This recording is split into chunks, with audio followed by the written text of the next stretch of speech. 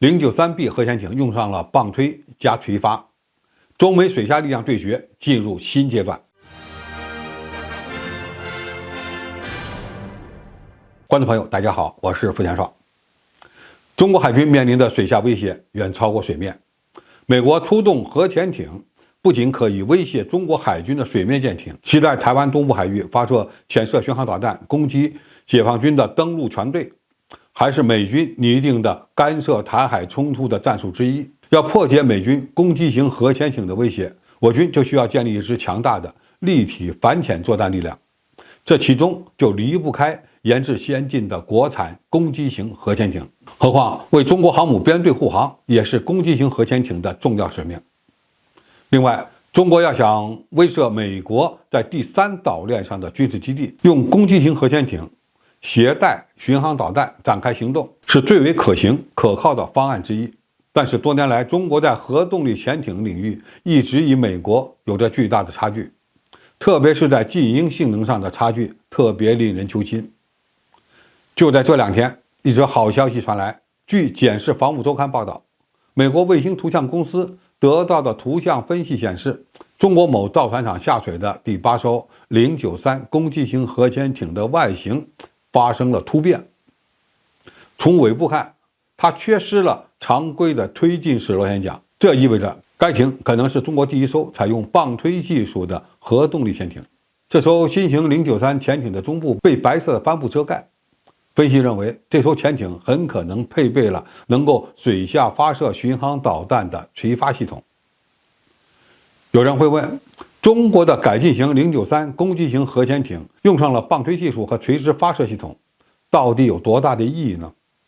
首先，棒推技术的采用可使093核潜艇的静音性能得到大幅度的提升，这也意味着中国核潜艇在主要作战性能指标上拉近了与美国的距离。螺旋桨在水中高速旋转，可使桨叶前后两个面之间产生压力差，从而推动船舶和潜艇前进。这种推进方式已经历了200年的发展，技术上非常成熟，但这种推进装置在旋转时会产生较大的噪声。就算目前世界上最先进的7叶大侧斜螺旋桨在运行时发出的噪声依然不小，很难将噪音水平控制在100分贝以下。相比于7叶大侧斜螺旋桨，棒推装置的低速低频谱噪声要减小15分贝以上，宽带谱的总噪声则可下降10分贝以上。攻击型核潜艇影响作战能力的关键因素就是静音性能，这也是中国核潜艇过去落后的主要方面。西方国家的核潜艇目前普遍使用有轴棒推装置，其核潜艇的噪声正在接近于海洋背景噪声，这本身就是一种非对称优势。所以当093B 亮相之际，中国与西方在核潜艇推进方式上的差距已经被抹平了，这个意义可不得了。第二，093B 攻击型核潜艇如果配备了垂直发射的巡航导弹，将进一步增强中国海军对美国在亚太地区的军事基地的战术打击能力。中国现在虽然有大量的关岛快递，但是对美国以夏威夷为中心的第三岛链的关键目标仍然没有太好的常规攻击手段。093B 携带射程2000公里以上的巡航导弹或者是高超音速导弹，将是中国与美国在常规作战力量上达成新的战略平衡的关键。只要美军在西太平洋失去了可靠的战略轰炸机前进机场，将进一步降低其武力干涉台海的能力和意愿。需要指出的是，093B 的亮相只是一个开端。由于中国拥有全球最先进的无轴棒推技术，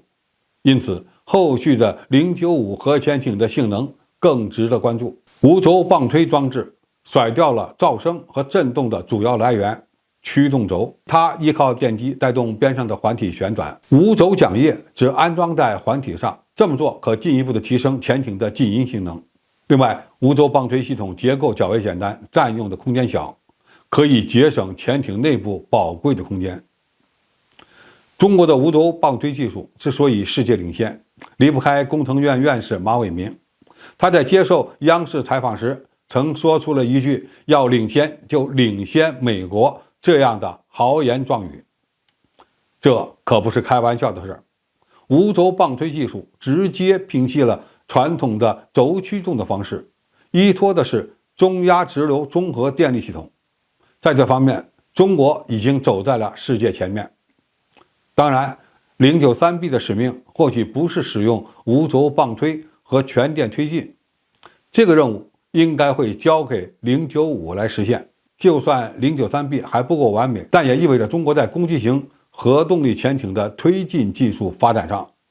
极大地缩小了与美国的差距。相信真正能赶超美国的095核潜艇也不会太远了，因为我们现在真的有这样的实力。好，今天评述就到这里，谢谢大家收看，我们下期再见。